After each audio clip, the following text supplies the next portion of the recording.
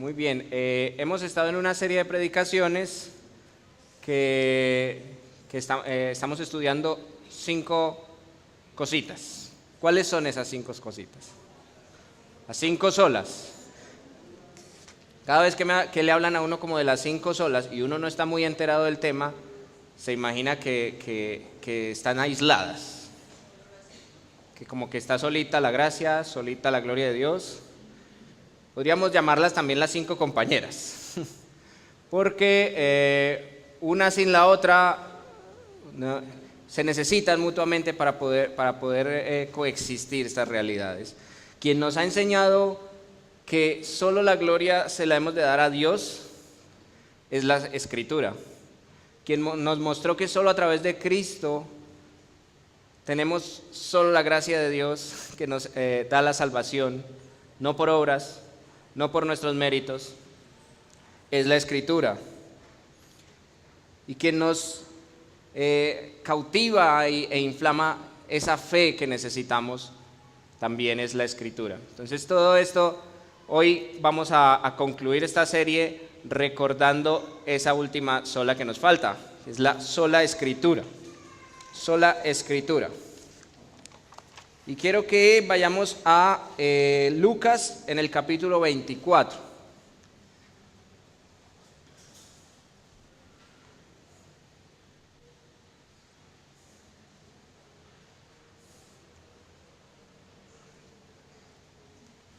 Lucas 24, desde el versículo 13. Vamos a leer hasta el 48. Uy, este hermano le encanta leer la Biblia. Sí, hermanos, vamos a leer la Biblia. Aquel mismo día, 2 de ellos se dirigían a un pueblo llamado Emaús, a unos 11 kilómetros de Jerusalén. Iban conversando sobre todo lo que había acontecido. Sucedió que mientras hablaban y discutían, Jesús mismo se acercó y comenzó a caminar con ellos. Pero no lo reconocieron, pues sus ojos estaban velados. ¿Qué vienen discutiendo por el camino?, les preguntó.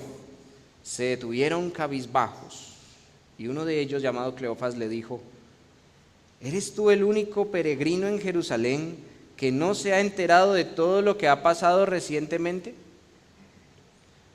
¿Qué es lo que ha pasado?, les preguntó. Lo de Jesús de Nazaret. Era un profeta poderoso en obras y en palabras delante de Dios y todo el pueblo. Los jefes de los sacerdotes y nuestros gobernantes lo entregaron para ser condenado a muerte y lo crucificaron. Pero nosotros abrigábamos la esperanza de que era Él quien redimiría a Israel. Es más, ya hace 3 días que sucedió todo esto. También algunas mujeres de nuestro grupo nos dejaron asombrados. Esta mañana muy temprano fueron al sepulcro, pero no hallaron su cuerpo. Cuando volvieron, nos contaron que se les había aparecido unos ángeles, quienes les dijeron que Él está vivo. Algunos de nuestros compañeros fueron después al sepulcro y lo encontraron tal como habían dicho las mujeres, pero a Él no lo vieron. ¡Qué torpes son ustedes!, les dijo, y qué tardos de corazón para creer todo lo que han dicho los profetas.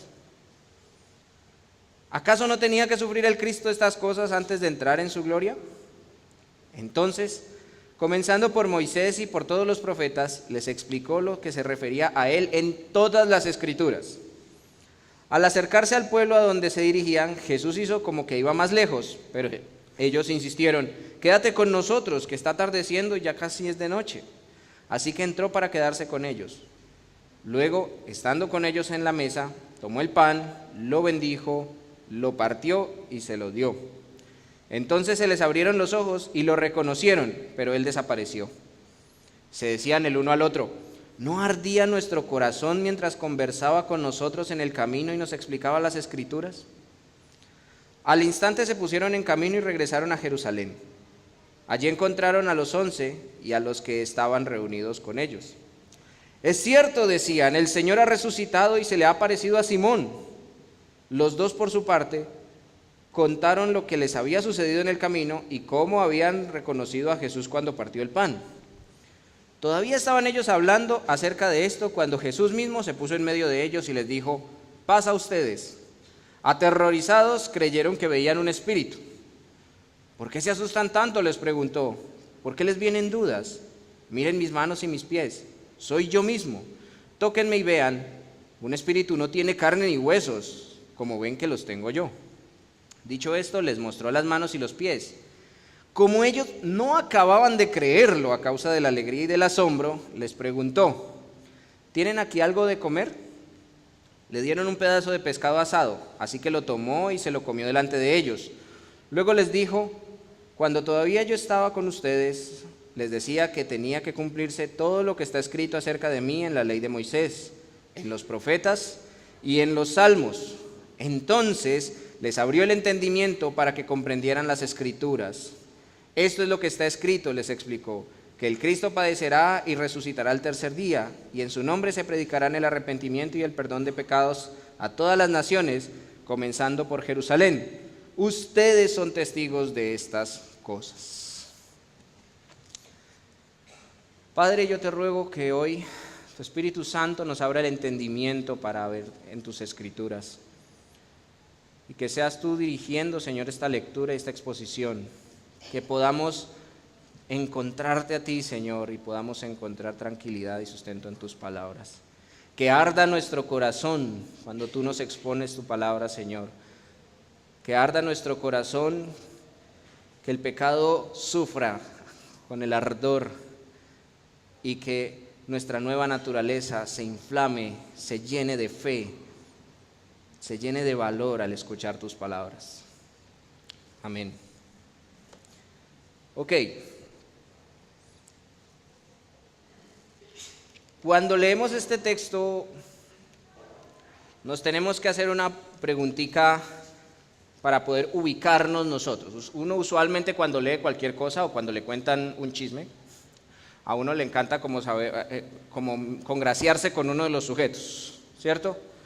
Entonces voy a hacer una pregunta y me la respondes ahí calladito en tu corazón un momentico. ¿Alguna vez te ha fallado Dios? ¿Alguna vez te ha fallado Dios? Cuando yo leía este texto me tuve que hacer esa pregunta y cualquiera dirá, pero ¿cómo así? El Dios nunca nos falla, ¿no? Eso dice la doctrina.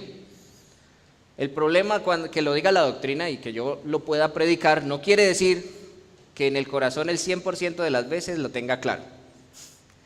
Y a veces nos pasa eso. Cuando estás por ahí y sentimos una seguridad de Dios es esto y Dios haría esto, ¿te ha pasado que sientes que algo que sucedió te muestra lo contrario, como que Dios hizo algo que tú sientes que no debió hacer? Como que te falló en ese momento, como el Dios que tú querías que fuera. ¿Has sentido eso en algún momento? Comentémoslo con el que está al lado. Pregúntale, ¿Dios te ha fallado así? ¿Tú te has sentido que Dios te falla en algún momento?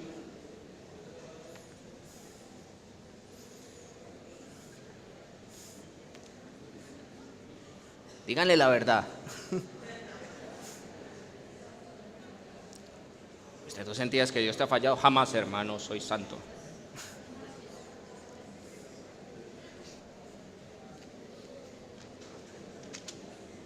Muy bien. Revisemos el texto. ¿Qué es lo que está pasando ahí? ¿Qué acabó de pasar? ¿Qué le pasó a Jesús? ¿Qué le acababa de pasar a Jesús? Lo crucificaron, ¿cierto? Lo crucificaron. Imagínese que usted está jurando que tiene al lado al rey, que va a redimir a Israel, que va a acabar con todos sus opresores, un rey que lo va a liberar de los romanos. Y usted contento con ese rey, un día está de noche, está orando el rey por allá y les dice a ustedes, oren para que no sientan tentación, y ustedes, pero ¿qué le está pasando a este man?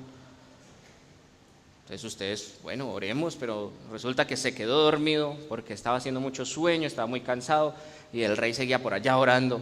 ¿Y qué le pasa? Porque está como tristón, ¿qué le estará pasando? Míralo como suda. Y usted está con el rey que va a redimir a Israel y está esperando como Pedro que en cualquier momento saque el cuchillo. Sí, porque Pedrito era como así, ¿no?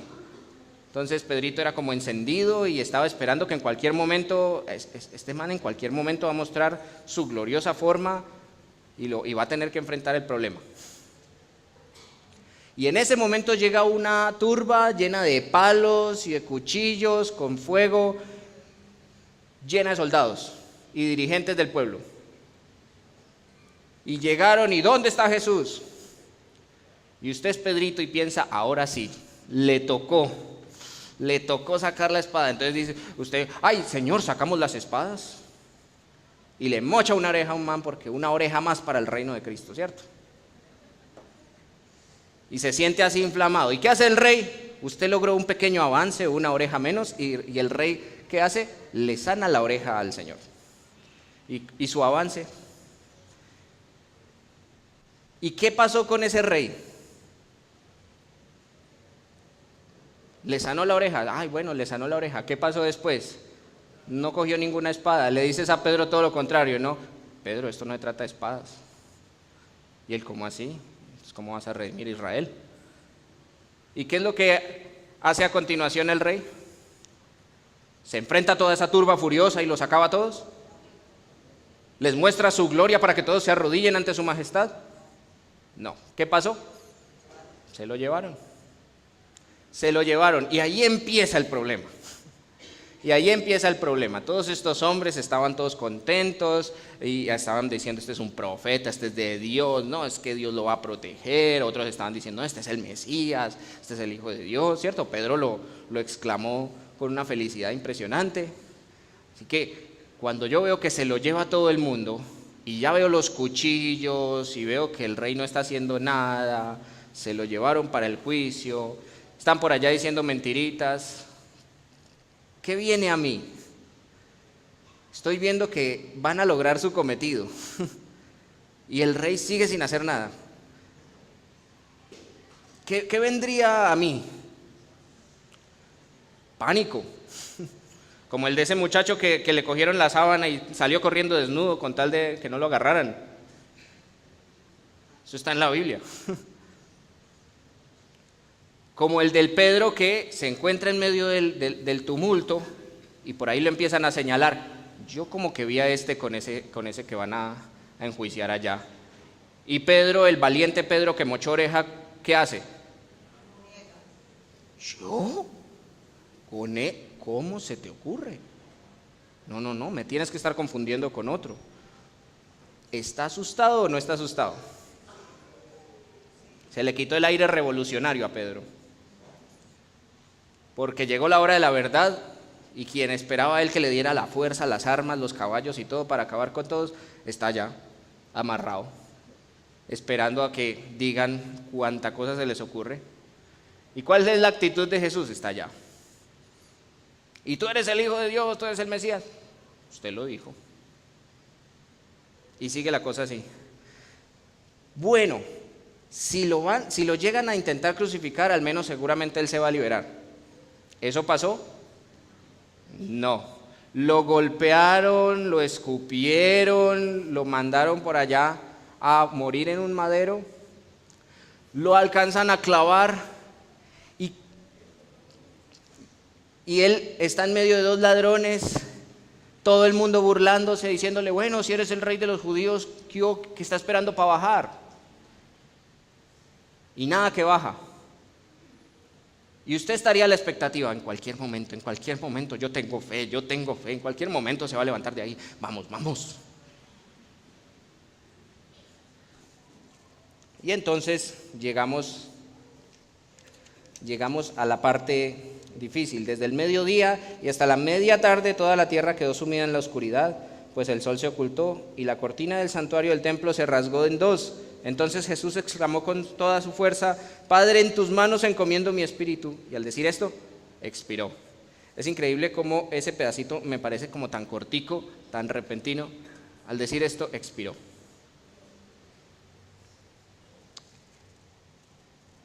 Y miren lo que pasa después que él expira. ¿Qué pasa con sus discípulos? El centurión, al ver lo que había sucedido, alabó a Dios y dijo, verdaderamente este hombre era justo. Hay otro evangelio que dice, este era el Hijo de Dios. El centurión, uno de los soldados que probablemente le estaba burlando y que lo estaba matando. y él alabó a Dios. ¿Qué pasa después? Entonces todos los que se habían reunido a presenciar aquel espectáculo, al ver lo ocurrido, se fueron de allí golpeándose el pecho. Pero todos los conocidos de Jesús, incluso las mujeres que lo habían seguido desde Galilea, se quedaron mirando desde lejos. ¿Cómo se le ocurre a usted que estaban ellos aquí? Como, ¿le ha pasado eso? Como que usted está esperando que algo pase y de repente como que no pasó y se acabó ya, no pasó y usted como que todavía no se la cree.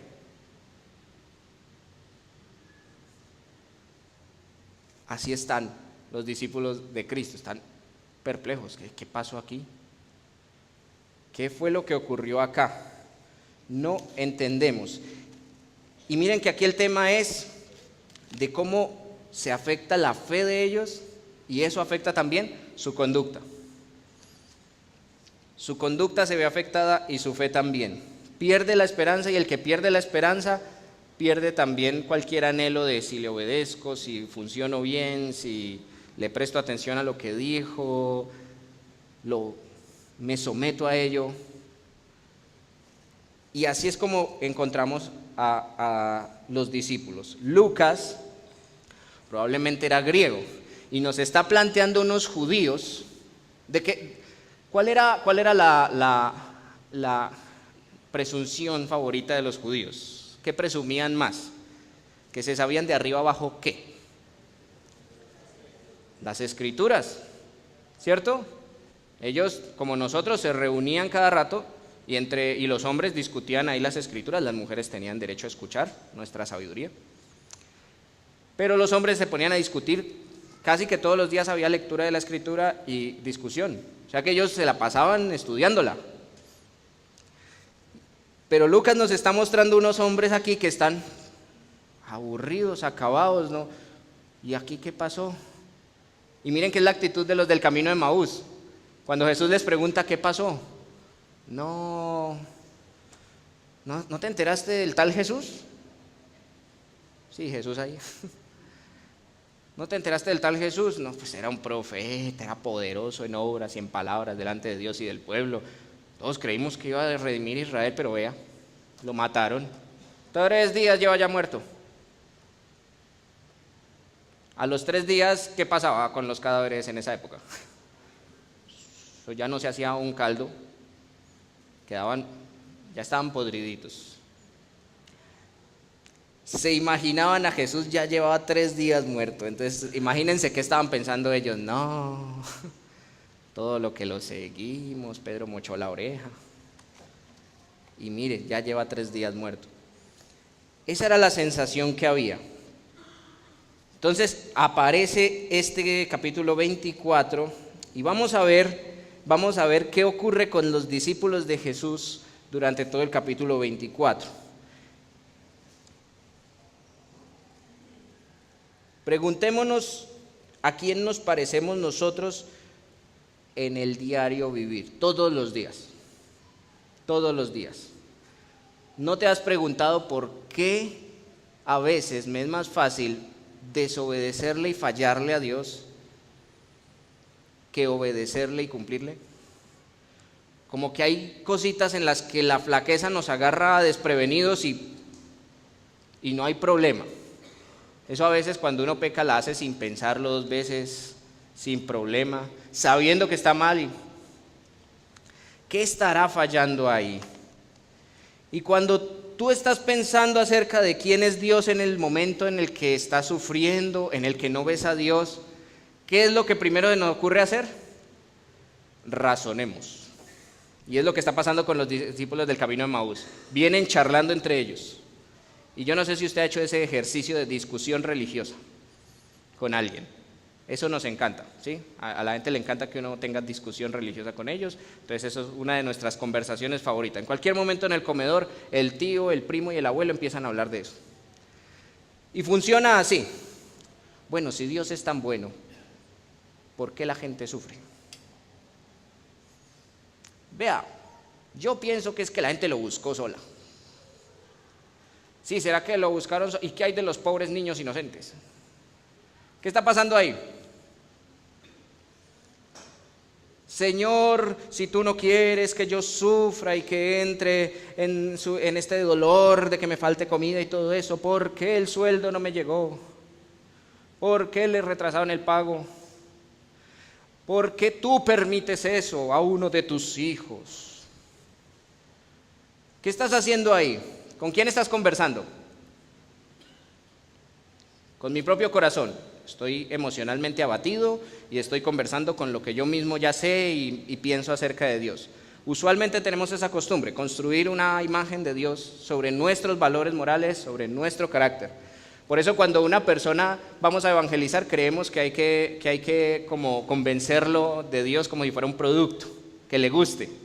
Y entonces le decimos, mira, Dios es bueno. Pero si Dios es tan bueno, ¿por qué no es tolerante con este tema de los que... No, o sea, Dios es tolerante. Ven, te explico, Él los ama. Y tú sientes como que tienes que razonar acerca de Dios. Tienes que vender el producto, que le guste al otro. Y ese es el otro problema también. Estoy tan abatido, voy a preguntarle a un hermano. ¿Y a cuál corremos? Al que le encanta razonar. Entonces, hermano, ¿usted qué piensa? Mire que me pasó esto. Mi esposa se fue con otro, yo no sé qué me está pasando. Dios, ¿por qué no sostuvo mi casa y mi matrimonio? Y entonces viene el otro y le dice, no, hermano, eso es que usted pecó. Sí, eso tiene que ser. Sí, le pasa como a Job. ¿Se acuerdan los amigos de Job? La peor idea es ir donde los amigos, ¿cierto? Amigos míos, ¿por qué Dios me hace esto? No, tú debiste haber pecado. Piensa bien, Job, acuérdate, tú debiste pecar. ¿Qué estamos haciendo ahí? Estamos buscando esperanza, estamos buscando fe, estamos buscando una fuente de autoridad y de sustento en el lugar equivocado. Yo no sé si a usted le ha pasado, pero cuando yo tengo discusiones con mi esposa, por ejemplo, a veces ella dice cosas que yo no sé de dónde salieron. Yo sé que a nadie más le pasa, a mí me pasa solamente, pero mi esposa llega y dice, sí, mira que vos estuviste así, ¿por qué me hiciste esto? Y me dijiste esto, y yo, ¿a qué horas te dije todo eso? Sí, eso me pasa a mí a menudo. Entonces, mi esposa, mira que cuando dijiste esto, lo que quisiste decir fue aquello. Y cuando hiciste así, yo lo que interpreto es esto. ¿No ha sentido como ganas de decirle, ¿por qué no me preguntó primero a mí qué era lo que yo estaba sintiendo en ese momento? No sé si le ha pasado con un amigo, con un primo, con un hermano, que le llegaron con un chisme, que alguien les conversó o que estuvimos charlando entre los dos. Hay chismes que salen de la nada, usted se pone a razonar acerca de la persona y se explica cuánta cantidad de cosas se imagine. ¿Sí? Como los enamorados. ¿Cómo somos cuando estamos enamorados? Ella es tan linda, ella jamás le haría daño a nadie. No, mire que fulanita es chismosita. No, ella no es chismosa. A ella le gusta divulgar la información de forma libre.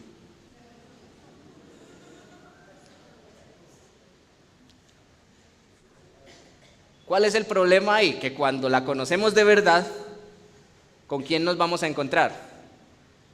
Con su verdadero yo. Y entonces, ¿qué ocurre con todo ese enamoramiento? ¿De quién estábamos enamorados? Ahí es cuando nos damos cuenta. Nosotros amamos egoístamente, entonces también hasta formamos una persona diferente. Entonces cuando llegamos y nos muestra quién es, ¡ay, qué decepción! Mi mamá sí me dijo que no me casara. Uy, hermano, yo creí que usted era diferente.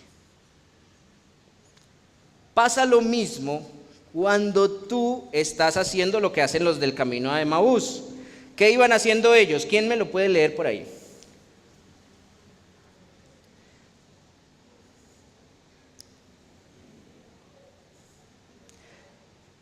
Versículo 15. Sucedió que mientras hablaban y discutían, ¿de qué estaban hablando y discutiendo? Sobre lo que acababa de pasar. ¿Oíste? Sí sería el que redimiría a Israel. Pues hermano, si lo mataron, ¿será que redimió a Israel? ¿Qué va a hacer ahora? Ya 3 días lleva ya muerto. Iban hablando y discutiendo así. La palabra en griego que se utiliza es como, o Milén, que iban como tratando de armar un discurso para convencer, para persuadir. Hay otra palabra que también usa Pablo en sus cartas para cuando lo hacemos nosotros, y son los dialogismos, la palabra diálogo. Charlamos nosotros con nosotros, buscamos información de Dios en nosotros mismos. ¿Qué le estamos haciendo? No le estamos preguntando a Él, ¿cierto? No nos estamos preocupando por Él qué dice. Así que estamos decepcionados de Dios porque esperábamos de Él lo que nosotros queríamos que Él fuera y Él hiciera. Y eso es lo que está pasando en el camino de Emaús. Muy interesante lo que ocurre en las 3 escenas que hay aquí. Yo les leí 2 escenas, pero hay una escena al iniciar el capítulo 24 que son las mujeres. Y cuando se encuentran con los ángeles, miren en el versículo 5, la pregunta que hacen los ángeles. ¿Por qué buscan ustedes entre los muertos al que vive? Es como perplejos los ángeles. Están ahí los ángeles todos ocupados y llegan las mujeres. Ay, venimos a llorar el cadáver. ¿Y dónde está? Y el cadáver, y se encuentran con los ángeles y las mujeres. Ay, unos señores como llenos de luz, qué susto, y se postran en tierra. Y los ángeles, ¿ustedes qué hacen aquí? ¿Qué hacen buscando a Jesús aquí? ¿Y cuál es el sustento de los ángeles? Para decirles que no está ahí y que ellas ya deberían saberlo. Miren el versículo 6 y el 7. No está aquí, ha resucitado. Recuerden que lo que les dijo, no se acordaban ni de las palabras de Jesús ahí recién horneadas. Recuerden lo que les dijo. Por eso es la pregunta de los ángeles: ¿y ustedes qué hacen aquí? Él ya les había dicho otra cosa. ¿Te ha pasado también eso? Pusieron un memo, lo dijeron por el WhatsApp, de todo, y llegaste a la puerta de la iglesia y estamos en zona norte. Ay, ¿cómo así? ¿Por qué no avisan?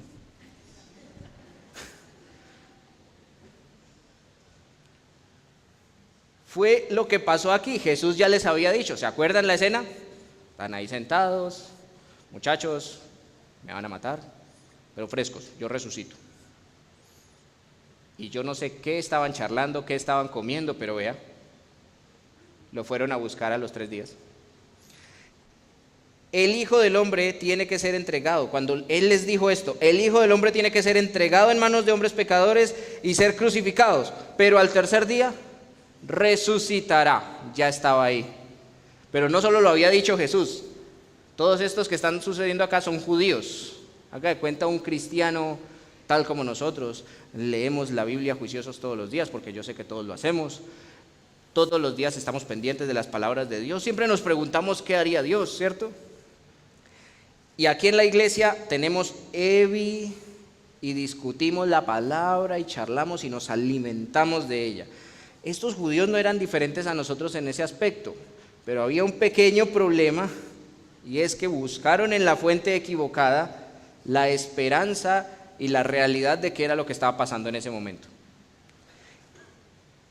Las mujeres van y le cuentan a los hombres, ustedes ya saben, a las mujeres no hay que creerles nada, entonces esperemos. Pedro fue y verificó y resulta que sí. No es que yo lo crea, es que en los judíos pasaba así. Cuando las mujeres fueron y dijeron: no, estas viejas están locas. Léanlo, ahí dice. Mire, dice: pero a los discípulos el relato les pareció una tontería, así que no les creyeron. Pero Pedro, sin embargo, salió corriendo al sepulcro y se asomó y miró eso. Ve eso, las mujeres le acaban de decir que unos ángeles le dijeron que resucitó, y Pedro quedó perplejo y no sabía qué había pasado. Ve, ¿será que lo pusimos en otro lado? Esto es lo que está pasando en el camino de Emaús. Cuando tú quieres saber quién es Dios en ese momento en el que parece no ser Él, no te preguntes a ti mismo, no le preguntes a un amiguito, no se pongan a razonar y a hacer diálogo, a menos que su autoridad sea lo que Dios ha dicho, la palabra de Dios. Porque Dios no decepciona a su propia palabra. ¿Qué dice Números 23:19? ¿Alguien se lo sabe? Dios no es hombre para que mienta, ni hijo de hombre para que se arrepienta. ¿Acaso no va a cumplir lo que ha dicho?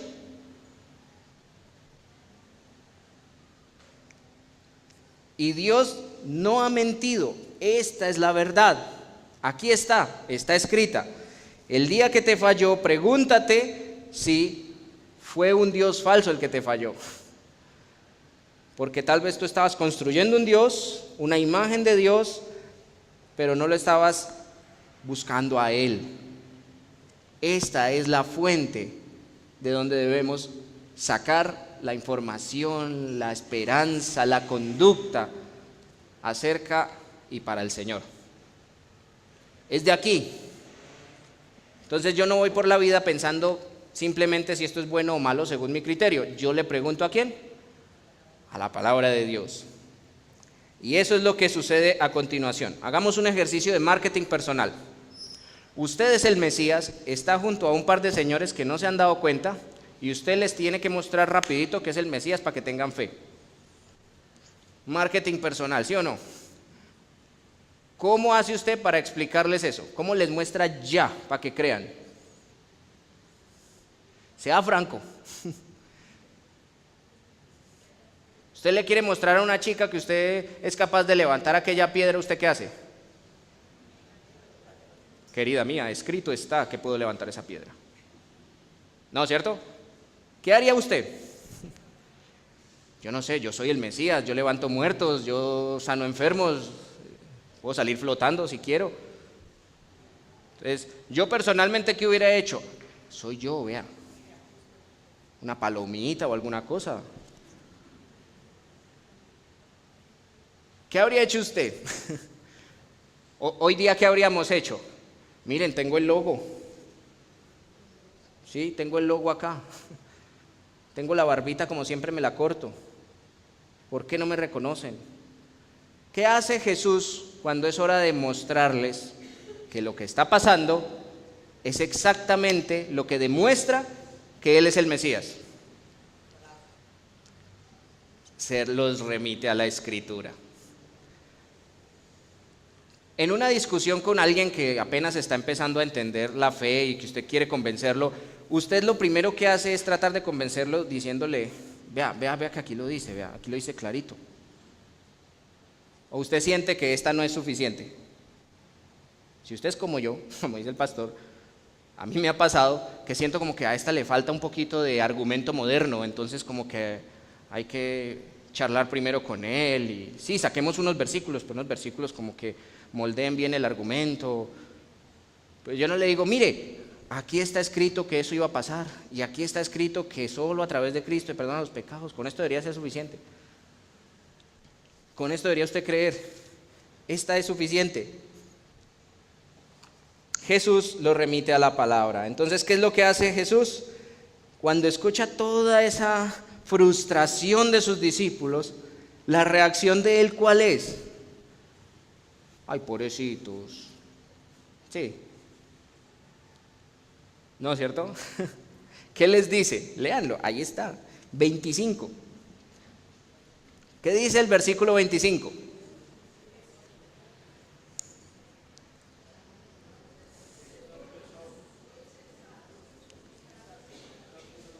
Oiga, qué insensatos. ¿Usted sabe qué significa castizamente la palabra insensato? A ti te faltan sesos. Eso significa insensato. Y en la Nueva Versión Internacional, ustedes sí son torpes.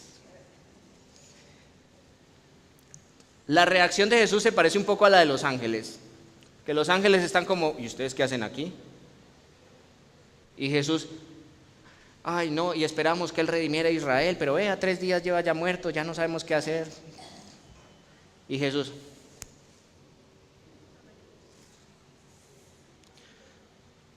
En serio,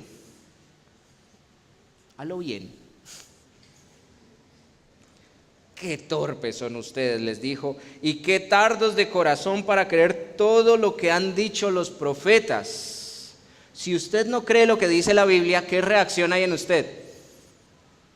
Cuando va por la vida, su moral va a enjuiciarse a través de la Escritura. Todos los días usted le va a comer más cuento a la Biblia que a su propio corazón. Si usted no la cree, si usted no ha tenido su fe y no la pone sobre esta, si usted no tiene el temor que infunde el Señor a través de su palabra, esta no es la primera fuente en la que busca. Yo sé que ahí es cuando todos estamos, ay no, qué feo parecerse a los del camino de Maús. Yo no busco siempre en la Biblia. A veces nos estamos preguntando, Señor, ¿qué quieres que haga? Aquí está esta tortica abandonada. ¿Qué quieres que haga con esta tortica?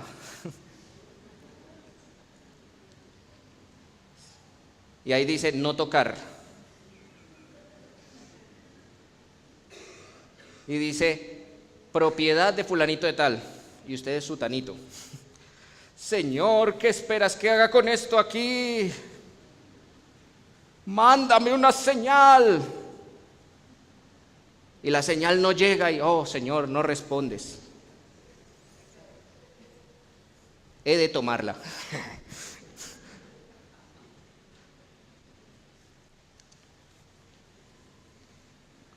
Cuando nos estamos preguntando muchas veces qué debería hacer, el Señor debería mostrarme qué hacer con esta plata que me encontré, que se le cayó a ese pobre señor que está allá, pero no, está aquí abandonada.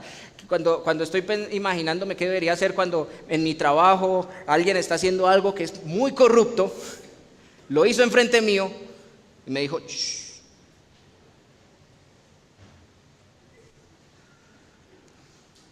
¿Qué debería hacer, Señor? Necesito esa plata. Muéstrame una señal.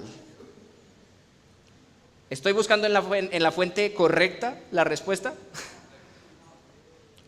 Eso ya lo sabemos. Estamos como el joven rico. Señor, ¿qué debo hacer para poder entrar al reino de los cielos? Usted ya lo sabe. Usted ya lo sabe. Está clarísimo acá. Esta es la fuente de autoridad que hay que buscar. Ahí es donde mi conducta es moldeada, porque mi esperanza, mi fe está puesta sobre el Señor. ¿Quién me puede leer a viva voz el Salmo 119, 120? Sí, hay un versículo 120 en ese salmo, es larguísimo. Salmo 119, versículo 120.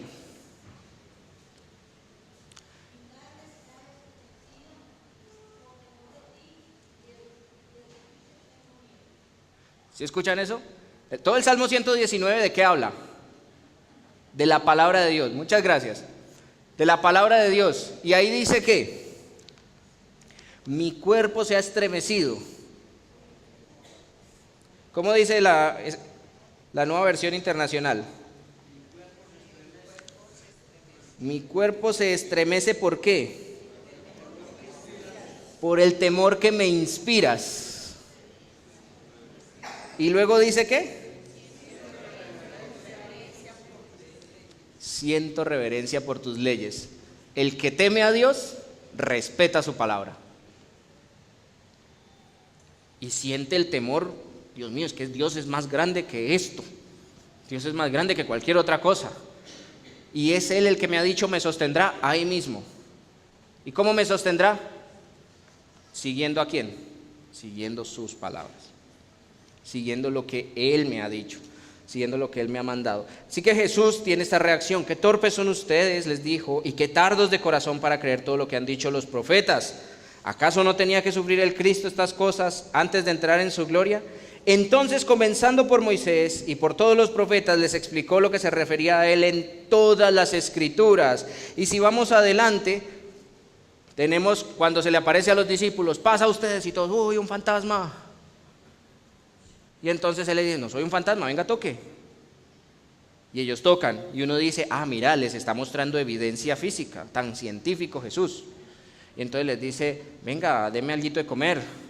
Los fantasmas no les da hambre, comen. Y luego les dice, pero no es la prueba. Esta no es la prueba. ¿La prueba cuál es?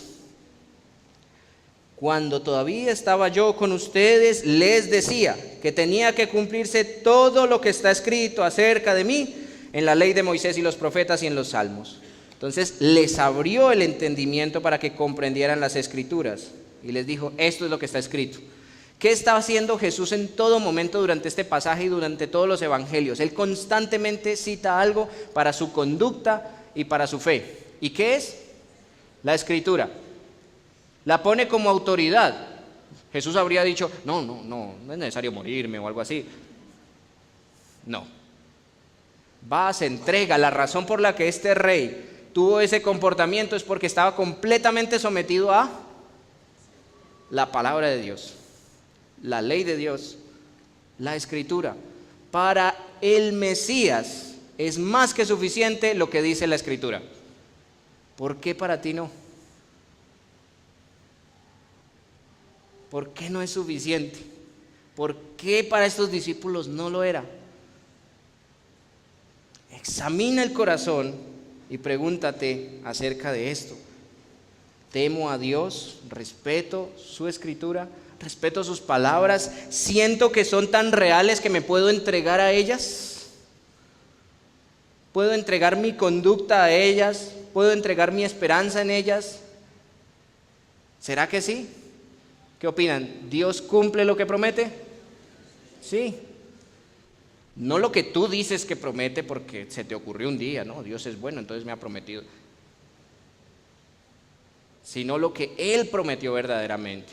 Y eso solo lo vas a saber buscando ¿dónde? En la Escritura. La sola Escritura es suficiente para que lo conozcas. Es suficiente para que puedas depositarte en Él. Es suficiente para que aún puedas depositarle tu conducta a Él. Puedes entregarle tu comportamiento, tu forma de actuar al Señor con tranquilidad, que está en buenas manos. Eso lo dice la Escritura.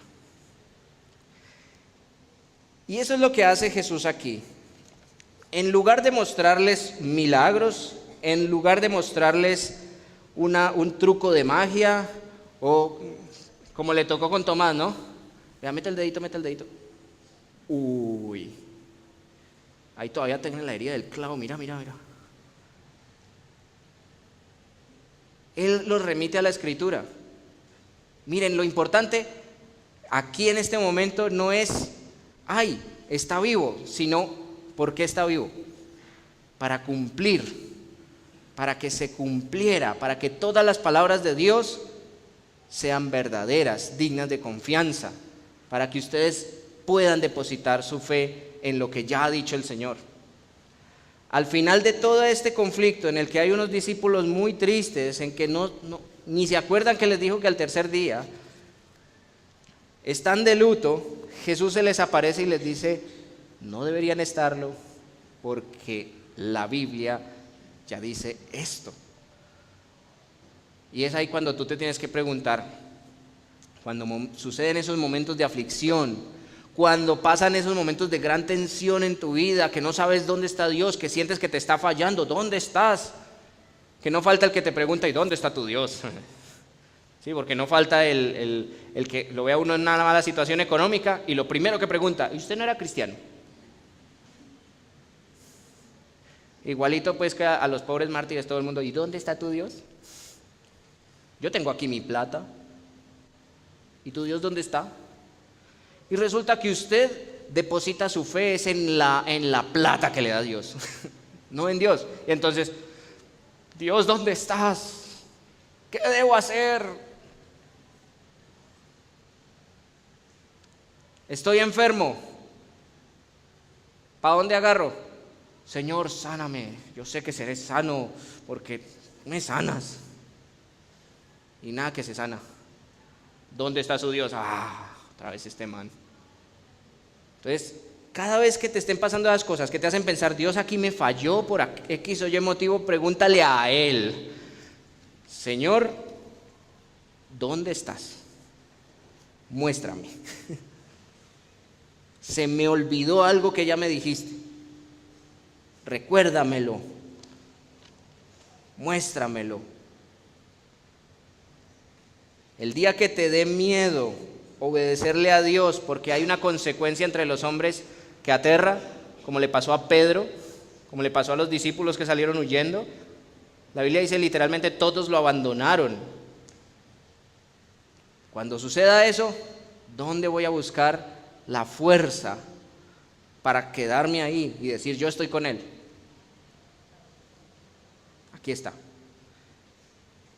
Y es eso algo que tenemos que tener en cuenta de lo que está pasando aquí. Jesús les está mostrando la Escritura para que coloquen su fe en ella, porque mañana los discípulos van a enfrentar muchas cosas que están escritas y no pueden depender para siempre de... Hay algo más poderoso que eso para ellos, y es el Espíritu Santo abriendo su entendimiento de las Escrituras y recordándole, nada de lo que Dios ha dicho es mentira. Aún el día en que Pedro pudiera estar siendo martirizado, ¿quién estaba ahí con él y por voluntad de quién estaba ahí? Por voluntad del Señor. Aún en los momentos más difíciles, cuando sientes que todo se acabó, tu fe no puede flaquear, tu conducta debe mantener su reverencia, su fe absoluta en lo que la Escritura ha dicho. Revisemos algunas aplicaciones de esto para nuestra vida. Observemos que nuestra esperanza sobre Dios no debe fundarse en quién. ¿En lo que yo pienso de Él? ¿Debería fundarse ahí? No. ¿En lo que discutimos con un amigo sobre quién es Dios? El mundo entero cree saber quién es Dios. No, si Dios es bueno, entonces tiene que cuajar con lo que yo pienso que es bondad. ¡Pum! Y ahí es cuando sufren, cuando en la palabra se encuentra que el Señor, como Dios de la vida y de la muerte, decide matar a alguien. Pero ¿por qué Dios hace algo así? Dios no haría eso. ¿Ahí a quién estoy obedeciendo? A mí. Me estoy preguntando solito a mí, ¿quién es Dios? ¿Con quién tengo que cuadrar? Con la palabra de Dios. Si Dios no lo ha dicho, no esperes en eso. Dios tiende a decepcionarte cuando no se lo preguntas a Él, sino que te lo preguntas a ti. Claro, porque es que Él no te prometió nada de eso, ni ha escrito nada de eso. Nuestra conducta debe ser obediente a la palabra que es sustentada por el poder de aquel que tiene toda la gloria, porque toda la gloria es para Dios. Entonces, cada vez que nos estemos preguntando ¿qué debo hacer, Señor? Pues no espere la señal ahí como que le caiga un papelito y coge para adelante. Ok. No. Esto es suficiente. Esto es suficiente. Otra cosa es que uno sea perezosín. Pero cuando escuchas que de ahí va a salir la fe, la conducta, que de ahí salió esa gran noticia que te llevó a conocer a Cristo, que cambió tu vida completamente, ¿no te dan ganas de buscar más en ella? ¿No te dan ganas de meterte más aquí? ¿No está aquí el poder de Dios para cambiar tu vida? ¿Para cambiar la de otros? El problema es, si me falta interés en lo que dice la Escritura, debo preguntarme si creo que es suficiente, que tiene autoridad plena, que esta es la palabra del Dios vivo, del que me atemoriza. Nuestra fe y conducta deben imitar en todo momento a la de Jesucristo. ¿Cómo se comportó Jesucristo con la Escritura? Tuvo su fe en ella y su conducta siempre la obedeció. Él no parpadeó ni una vez, él le creyó a Dios en todo momento. ¿Ustedes se acuerdan que él estaba ahí en el jardín y era asustado y dijo: Padre, si es posible, pasa de mí esta copa? Pero luego, ¿qué le dice? Pero no se haga mi voluntad, sino la tuya. Y díganme si no hay que ser muy valiente para entregarse de la manera en que Jesucristo se entregó, confiado en lo que ya había dicho el Señor, confiado en lo que era el plan de Dios.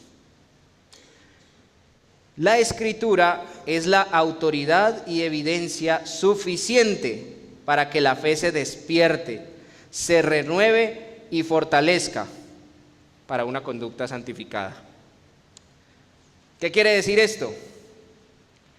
El día que tú quieras ir y contarle a alguien la gran noticia, ¿vas a buscar los mejores argumentos filosóficos? ¿Esa es la prioridad? No. ¿Vas a mostrarle lo que esa persona considera que es amor? ¿Que es un Dios bueno? No. Dice aquí, la Escritura es la autoridad y evidencia suficiente. ¿Por qué? Porque ¿quién es el que abre el entendimiento? Dios. Dios. Usted le llega a una persona, dígame usted por qué cree en este libro. ¿Se lo ha preguntado? ¿Yo por qué le como tanto cuento a esto? Si hace nada usted estaba negando completamente el poder de esto. No, esos son mitos, son fábulas. Esa gente que le gusta, ¿sí? Yo conocí a un muchacho que decía, mañana vas a ver que dentro de unos siglos va a haber una religión alrededor de Harry Potter. No, eso es un libro más. Usted no lo cree, ¿o sí? ¿Usted busca en ella todos los días? ¿Usted cuando la lee de una forma diferente a otros libros? ¿Qué hay en ella que lo hace a usted postrarse ante el que es autor de la palabra? ¿Qué hay en ella que usted le cree tanto? ¿Puede decir que su corazón corrupto lo llevó a creer? No, fue Dios. De la misma manera que Jesucristo les abrió el entendimiento para que pudieran comprender las Escrituras, así mismo la ha abierto con nosotros. Y nos ha dado la posibilidad de encontrar aquí toda la autoridad y evidencias suficientes para que nuestra fe se despierte. Luego, para que se renueve día a día. Tu fe flaquea, no corras a buscar un milagro, primero busca la fuente correcta. Señor, que se multiplique este arroz y entonces sabré que tú estás conmigo. Sí, yo sé que usted no ha cometido el error de ponerle pruebas a Dios, pero yo lo he hecho y entonces como que uno espera que Dios como que le muestre que está vivo. Para el cristiano es suficiente que Él ya dijo que está vivo. No necesita más evidencia. Él dijo, estoy vivo. Él dijo, te estoy viendo. Él dijo, estoy contigo hasta el fin de los tiempos. Ahora eres mío y voy a estar para siempre contigo. Suficiente. Dios todavía está aquí. Yo te invito a que te pongas de pie y tomes un momento. ¿Por qué de pie? Porque para que no te gane.